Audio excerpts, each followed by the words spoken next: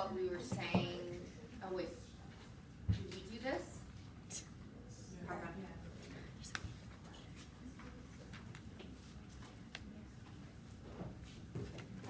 So, as I said in lecture, the key for this to happen is carbonic anhydrase.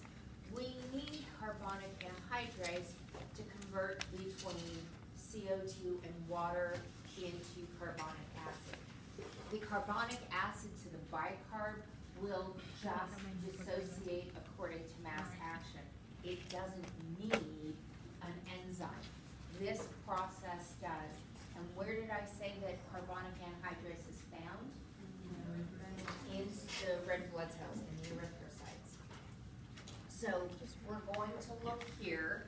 We are at the level of the tissues, and this is because at the tissues, at the systemic capillaries, that's where we pick up our CO2.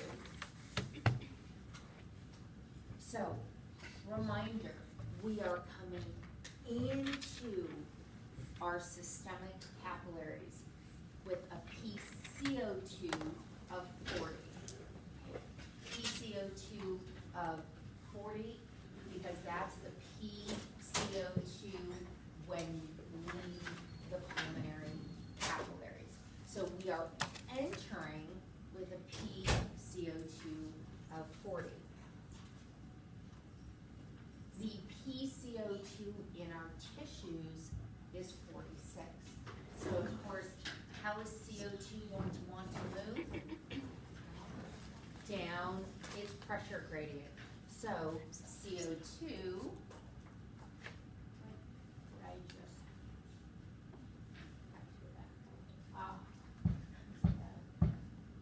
okay, so, sorry, I missed my little tiny animation there. So CO2 wants to move down its pressure gradient, so it moves out of the cells, through the interstitial fluid, through the epithelium, and it moves into those red blood cells.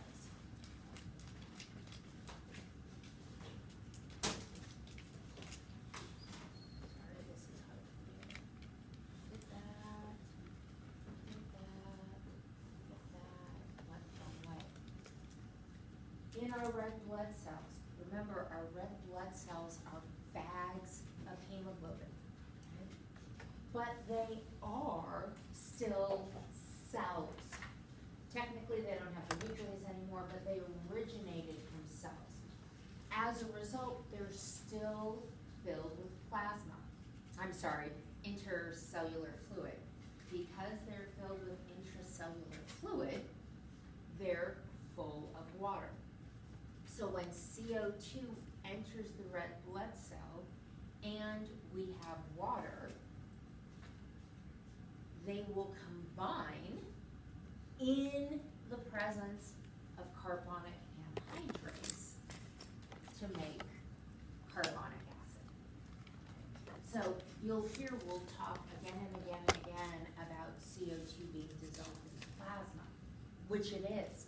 But in order to be dissolved in the plasma, it first has to go through the plasma into the erythrocyte. That CO2 combines with water if carbonic anhydrase is present, resulting in the formation of carbonic acid. Then that carbonic acid dissociates into bicarb and hydrogen ions, and oops, wrong way. Nope. And that bicarb then goes through a transporter, and it is transported out into the plasma. So, CO2 moves down the pressure gradient, out of the tissues, through the interstitial fluid, through the epithelial capillaries of the systemic capillaries, goes through the plasma, goes into the red blood cells, because even though CO2 will dissolve in plasma better than O2, CO2 doesn't like to be dissolved in plasma. So it goes, it's taken up by the red blood cells. When that CO2 is in the red blood cells, as long as carbonic anhydrase is present, that CO2 will combine with water, making bicarb. According to the law of mass action, if I have a lot, making carbonic acid. If I have a lot of carbonic acid, according to the law of mass action, a lot of carbonic acid, little bicarb, that carbonic acid dissociates to bicarb, and that bicarb is transported out into the plasma. Now we're at the pulmonary capillary. Just do it. Sorry. No, I'm serious. Just do it. Rip it out. It's always like I do it so slow, and it's like, and I'm like, oh, I should just rip the damn thing open and be done with it. You're fine. Okay. So now that we're at the pulmonary capillaries and the alveoli, again, we're going to look as we enter the pulmonary capillaries. We have bicarb that's in the plasma. That bicarb will move into the red blood cell. Inside the red blood cell, I have hydrogen ions.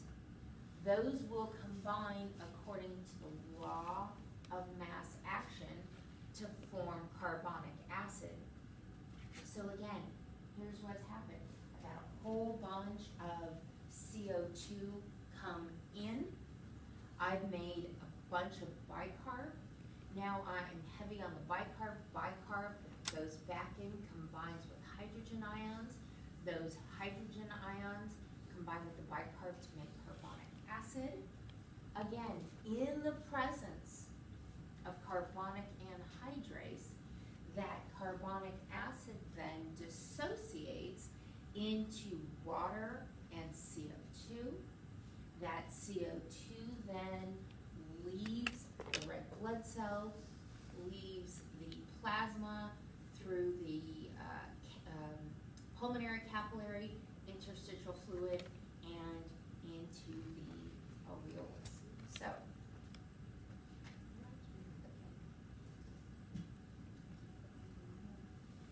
So if we're stepping that far away, screws with the audio.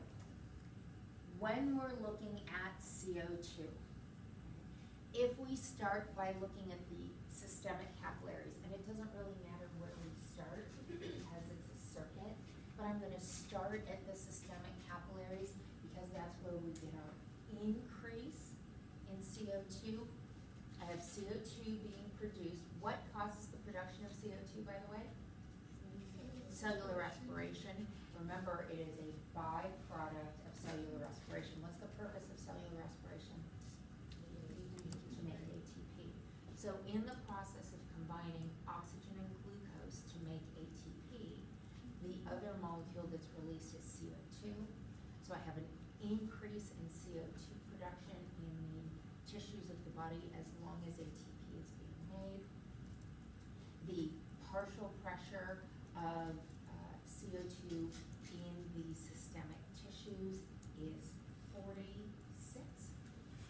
The PO2 of carbon dioxide in the arterial blood is 40, again, millimeters of mercury.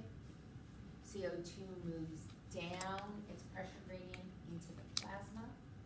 It's not very happy in the plasma. It does not dissolve there well. So it moves out of the plasma into the red blood cell. In the red blood cell, that CO2 combines with water as long as carbonic anhydrase is present to make, oh, no, sorry, this isn't the recap. This is the carbonoamino hemoglobin. Sorry, I thought I was recapping the other ones. Alright, go back. So I said that CO2 is carried in 3 ways. One of the ways that it's carried is dissolved in the plasma. 5, 8%, something like that. Then I said the majority of the way that it's carried is in the plasma, carried as bicarb, by CO2, water, combining in the erythrocyte in the presence of carbonic anhydrase, making carbonic acid, which dissociates to bicarb and hydrogen ions. Bicarb goes out into the plasma. The third way that CO2 can be carried, I told you, is by being bound to hemoglobin itself. And that's the carboamino hemoglobin. So here, same principle, gets us here down into my red blood cell, okay? I have, in the presence of carbonic anhydrase, I have my carbonic acid made. Now, one of 2 things can happen. Generally, I have my CO2 present. I have my hemoglobin, which prefers oxygen, but will pick up CO2. The CO2 and the hemoglobin bind to make carbamino hemoglobin. The other thing that can happen here is if I have my carbonic acid and it attaches to a hemoglobin that's carrying a hydrogen ion. This one's all over the place. Let me back up. Because there's a whole bunch of different pieces that we need to take into consideration. So the first thing I'm going to do is I am going to recap what we had just done. Previous slides. CO2 comes in. CO2 binds with water in the presence of carbonic anhydrase. We get carbonic acid. Carbonic acid dissociates to bicarb and hydrogen ions, and that bicarb leaves. But what happens to those hydrogen ions? Those hydrogen ions can combine with hemoglobin so that some of those hemoglobin molecules are bound to hydrogen ions. That's one thing that can happen with those hydrogen ions, a way that they're stored. Why don't we want them just floating around as hydrogen ions? Because they influence pH. The higher the concentration of hydrogen ions, the higher the acidity, the lower the pH. So when we go through this process and carbonic acid dissociates to bicarb and hydrogen ions, so as not to mess with the pH of these erythrocytes, that those hydrogen ions are captured by hemoglobin and they're stored. So that's one use of the hemoglobin. The other use is carbon dioxide combines with hemoglobin directly to make carbamino hemoglobin. Okay. So where's this going to happen? Because we have CO2 leaving the tissues and entering into the plasma, we're talking about at the systemic capillaries. When we look here, we're looking at the pulmonary capillaries. And again, we're going to have the same process occur. I'm going to have an influx of bicarb, but in order for my bicarb to go back to carbonic acid, I need the hydrogens that are associated with hemoglobin to dissociate, leaving me my deoxyhemoglobin again. So now I have the protons available to combine with the bicarb to make carbonic acid in the presence of carbonic anhydrase, dissociate so the CO2 can leave. Additionally, some of that carb amino hemoglobin dissociates into more free deoxyhemoglobin. CO2 is released so it can be exhaled. So those are the three ways in which CO2 travels through the bloodstream. Are the dissociations of the hemoglobin and hydrogen specific only to that pulmonary area? Or do those dissociations also happen in the systemic capillary area, but will only? What we're showing is the predominant net. Okay, so all of these happen everywhere, but what we're looking at is when you add it all up, what's the net result? Okay. Because I was curious about the chloride shift, and do they only lose bicarb and gain a chloride in the systemic capillary, or they do both in both Chloride or regions? hydrogen? The chloride shift when you're getting. Sorry, here. Yes, well, both. It's No, like- I just, Yeah, I was looking up here and I'm like, Right. what chloride? Here you're talking about the transport mechanism. I don't know. Okay, and I didn't know if it mattered for, I don't remember reading that in the book, so. Yeah, no, it's a good question, I don't know the answer to that. Okay, so now we're going to look at how the nervous system is involved in this. So we know that respiratory muscles, I talked about this Monday in lab. Respiratory muscles, we're looking at the external, maybe we did this in lecture, don't remember. The external intercostal muscles are involved and the diaphragm are involved. All of those are skeletal muscle. So those are controlled by somatic motor neurons. Inspiration is, oh my gosh, inspiration is turned on, that's not the word I'm looking for, by innervation of the phrenic nerve to the diaphragm. Phrenic nerve is a branch off of the vagus nerve, cranial nerve 10. That's what causes the diaphragm to contract or relax. Innervation of the external intercostal muscles is from the external intercostal nerve. That one's really hard, right? External intercostal muscles by the external intercostal nerves. Frankly, even though this isn't generally on my radar, this is, and I'm like, oh, if I know this, I know this. I know the different, I got to think about this one. Which one is it? It's the phrenic nerve. Okay. When we talk about forced expiration, did I do forced expiration in lecture? Where I like, okay.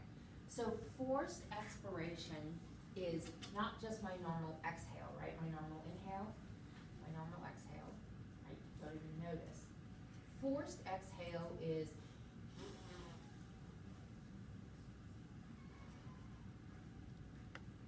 and what you may start to see, although mine may be too far to notice, what you may start to see is my stomach muscles start to tighten, okay? Because what I'm doing is I'm adding pressure on my abdomen by contracting my abdominal muscles, putting pressure here, pushing my diaphragm up, plus my external intercostal muscles are involved in normal inspiration. But if I have forced expiration, if I want my rib cage not just to go back to its relaxed state, but if I actually want it to push in, then my internal intercostal muscles are involved. We talked about the external intercostal muscles. The origin is on the superior rib, the insertion is on the inferior rib. So when it contracts, it pulls the inferior rib up to the superior, causes the next one to go up and up, resulting in a lift and spread expansion of the rib cage. The intercostals do exactly the opposite. The origin is on the inferior rib, and the insertion is in the superior rib, so that when it contracts, it pulls that superior rib down towards the inferior, and that one pulls the rib above it down and down, and so it actually forces your chest cavity down. So, you should see almost nothing when I do a normal inhale, exhale. Right? When I do a forced exhale, this tightens up, again, you can't see it, but trust me, it does, and this flattens. So, what causes that? Well, it's the internal intercostal muscles, woohoo, another freebie, innervated by the internal intercostal nerve.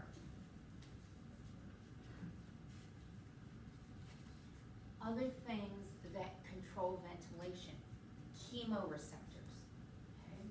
So, chemoreceptors detect, are indicative of blood levels of oxygen.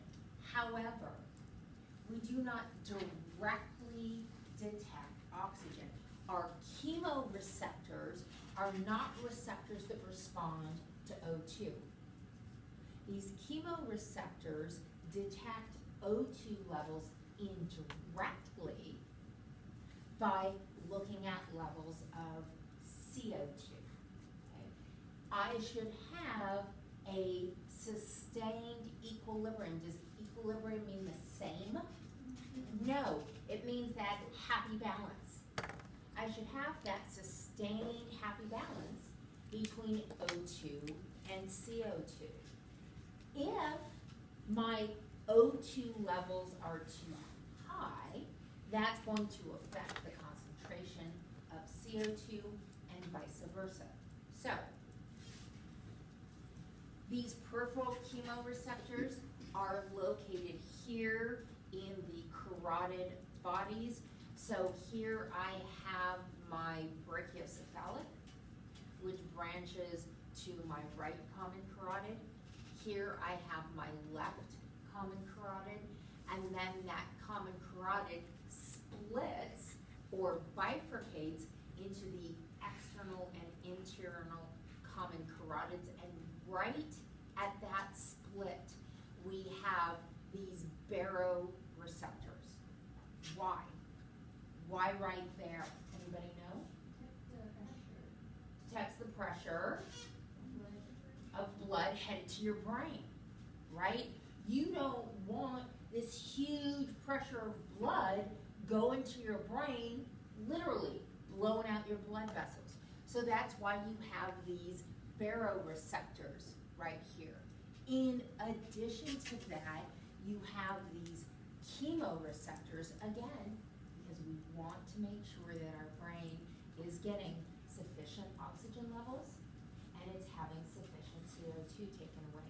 Because in the end, the brain controls everything. The brain initiates everything except the heart. Good job. The heart controls the heart.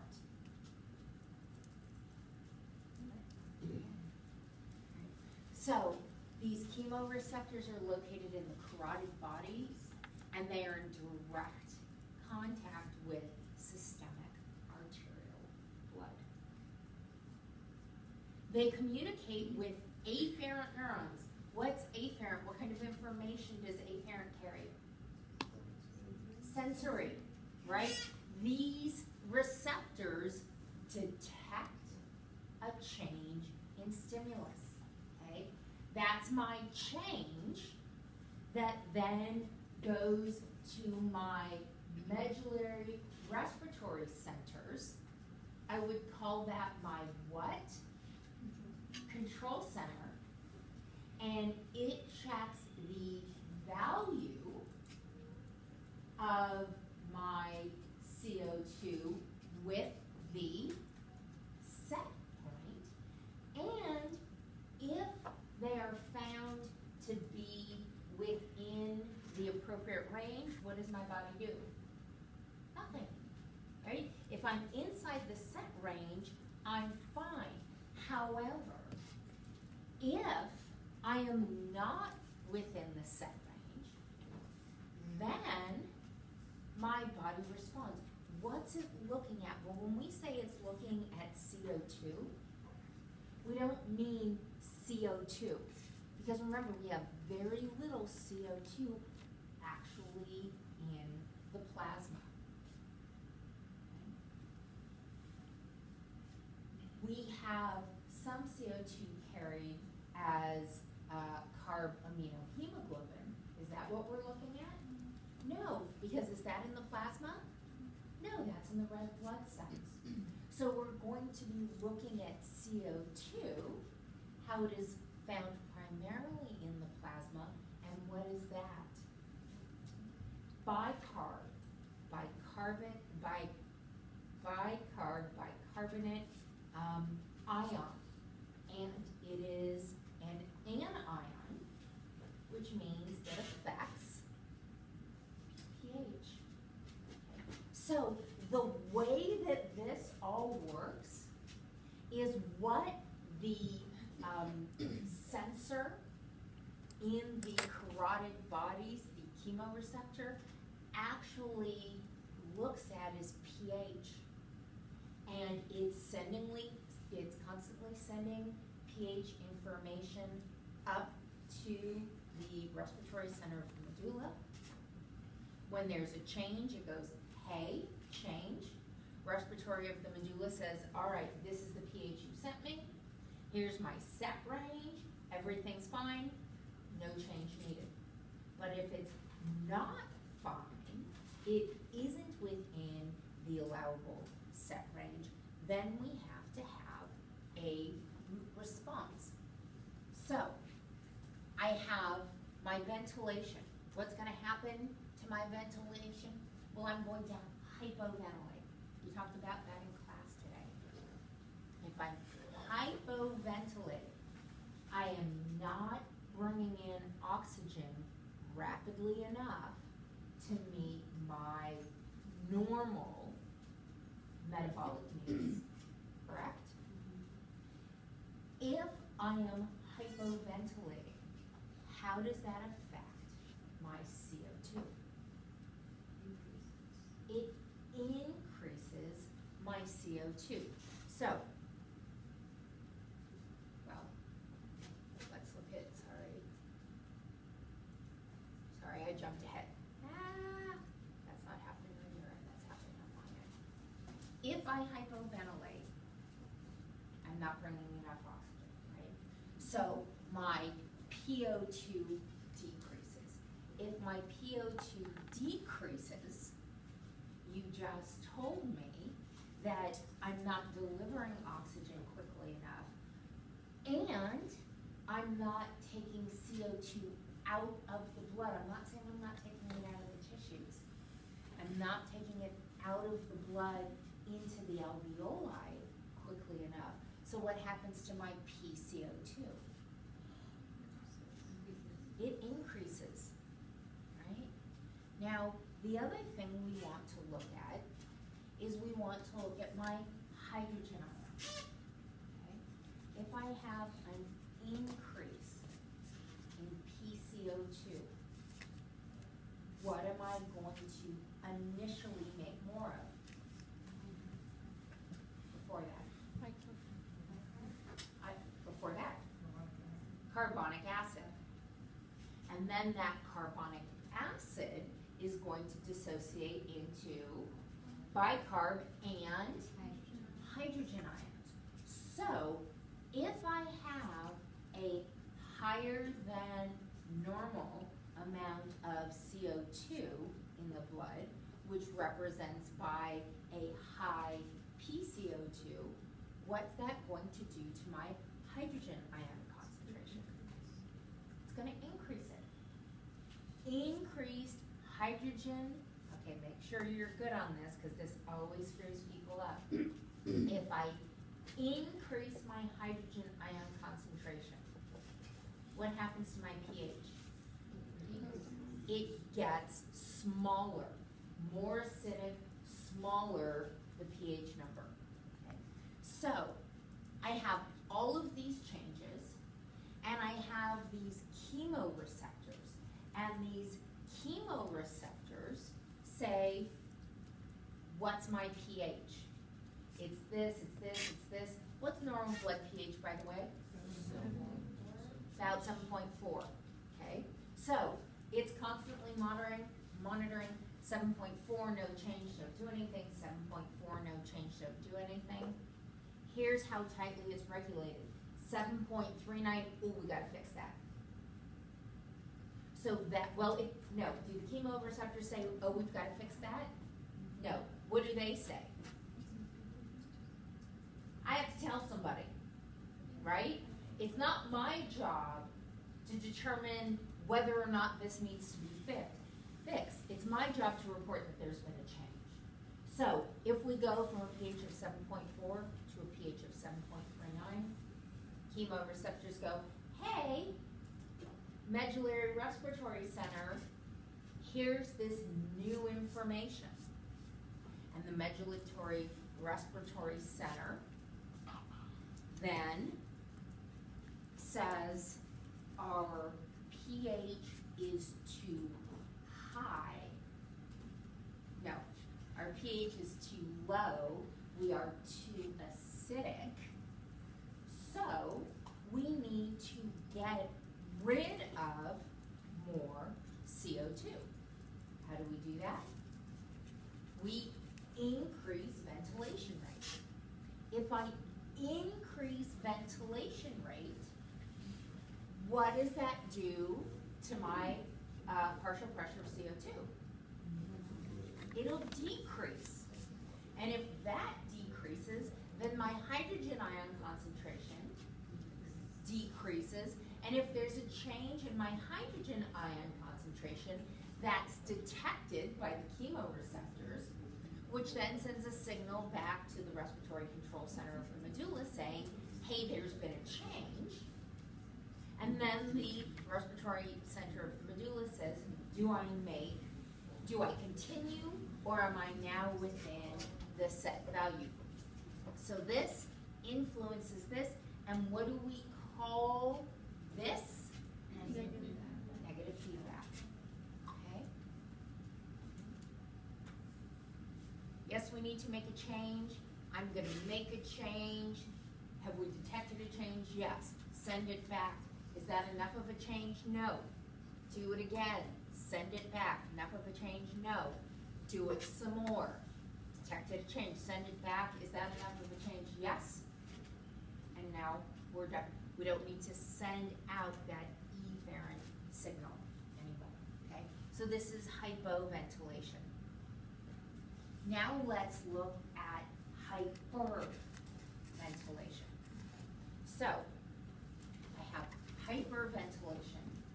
I have an increase of breathing rate that is not in proportionate response to my normal breathing demands. So, if I am hyperventilating, how's my PO2 going to change? It's Increase. my O2. It's going to increase. If I'm breathing faster, I'm bringing more and more O2 in. So my PO2 is going to increase. What's that going to do to my PCO2? It's going to decrease because if I'm breathing faster, I'm exhaling CO2 at a quicker rate. If I'm exhaling CO2 at a quicker rate, my PCO2 drops. What's that going to do to my hydrogen ion concentration? Decrease. It's going to decrease, okay? Because we've had a change that's detected by my chemoreceptors that then send the information to the respiratory control center. Because my hydrogen ion concentration has dropped, I'm gonna make sure you say it right because I didn't before. When my hydrogen ion concentration drops, my pH gets bigger, higher. It becomes less acidic, more alkaline. So that information goes to my respiratory control center in the medulla, and it says, that's fine, we're within the set range, no problem. We keep hyperventilating, this keeps happening, this like, nope, detected another change, at which at some point this goes, okay, we're out of our set range value, so we've got to slow ventilation down. If we slow ventilation down, what happens? Well, my PO2 is going to stop increasing because I'm not bringing PO2 in as quickly. My PCO2 is going to stop decreasing or slow down because I'm not exhaling CO2 as rapidly. If I'm not exhaling CO2 as rapidly, there's more CO2 to combine with water in the red blood cells to make carbonic acid, to dissociate bicarb, to raise our levels of hydrogen ions. That's going to be a change that our chemoreceptors are going to detect. They're going to then afferently send that signal to our control center that says, hey, are we within the set value? And again, what do we call this process? Negative feedback. Make sense? Mm-hmm. Why didn't we talk about hypertopnia here? Because there's no change. Because that's a homeostatic change. If we increase our activity, we're going to need to increase our respiration. That's not problematic, or even though we generally think of this word with big problems, it really refers to even any little change. That's not a pathophysiology. That's not something that's gone wrong. That is our body saying, hey, this change has happened. Let's do what we need to do to maintain homeostasis. This is something abnormal has happened. And this doesn't take hours, right? I can hyperventilate right now. And that quickly I'm like, ooh, feel dizzy. Because my body, when I was hyperventilating, had more oxygen coming in, blowing out less CO2, increase in oxygen levels to my brain, and my brain's like, wait, I don't need that much. At the same time, I feel my, okay, I don't feel it here, but my medullary respiratory centers are like, hey, slow down, and I feel that, okay, slow your breathing down, knock it out, stop it. All right. So now, oh, I moved my cursor. Why did it not go? All right. So we're going to look more specifically now at this acid base. So I said to you, normal is about 7.4, and I said changes as small as down to 7.39 can make a difference. So let's look at what our actual ranges are. One range. Let me tell you it like this. Our normal pH is 7.4. Again, we just said the respiratory system, and we're going to look later, or I'm going to have to record it later. The renal system is also involved in the regulation of pH. Very small changes in pH can have large physiological effects. You may remember back when you were looking at P, blah, blah, blah, you might remember these are logarithms. Oh my God, don't make me do that math. I'm not going to. But what I want you to remember is that logarithms are exponential. So when we're looking at a change from 7.4 to 7.39, we're not looking at a 0.01 change on the level of molecules. We're looking at a change that is huge. So, if a patient's blood pH falls below 7.35, we call that patient acidotic.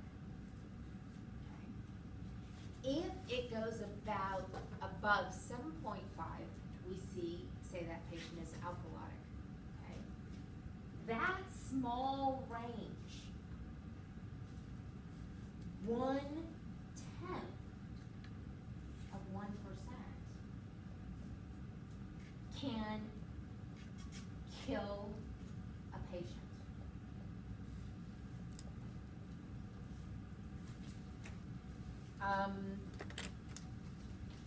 So what would cause respiratory acidosis? If I have an increase in CO2 levels not proportionate to my metabolic activity. Respiratory alkalosis, if I have a decrease in CO2 concentration in my blood, again, not relative to my current metabolic activity. So how do we make sure that our blood pH isn't bouncing back and forth all of the time? Well, bicarb acts as what we call a buffer. And buffers are one of the things that I hated most about chemistry. You have strong buffers and you have weak buffers, and I'm like, what the heck is a buffer? Okay. What a buffer is a molecule that likes this, but doesn't have to happen. So if bicarb is sitting around, if there's lots of hydrogen around, it'll pick it up. That's fine. Which will decrease my hydrogen ion concentration, which will increase my acidity, therefore decrease pH. If I take up those hydrogen ions, I decrease the pH. At the same time, if, according to the laws of mass action, we're getting low on this, it's like, I'll let it go, okay? So really, in my mind, the way I think of buffers is I can take it or I can leave it, okay? You've got a lot, sure, I'll take some of it, no problem. You are in desperate need, here, have some of mine. And so what that bicarb then is able to do is it's able to manage micro fluctuations in hydrogen ion concentration. Because if I have an increase in hydrogen ion concentration, then that loose bicarb will be like, that's okay, I'll take it up. Oh, we're low, that's okay, I'll let it go. Right? So that's what we mean when we say it acts as a buffer. Okay? So, in order to maintain normal arterial pH of 7.4, the concentration of bicarb to the concentration of free CO2 in the plasma needs to be 20:1. If my concentration of CO2 changes, then that CO2 will go into the red blood cells. It'll be converted with carbonic anhydrase into carbonic acid. Carbonic acid then dissociates into hydrogen ions and bicarb, increasing the amount of bicarb to maintain that balance, and vice versa. Remember, the respiratory system, even though what we think of as the most important thing, which is oxygen, because we need oxygen to make that ATP, CO2 is toxic. So we have to get rid of the CO2. And so the way in which our body regulates that is by monitoring CO2 at chemoreceptors. Bicarb is also regulated, and that's regulated at the kidneys. And we're going to do that next, starting in chapter 18, and this is a perfect place to take a break. So I'm gonna stop the video, short break, guys, like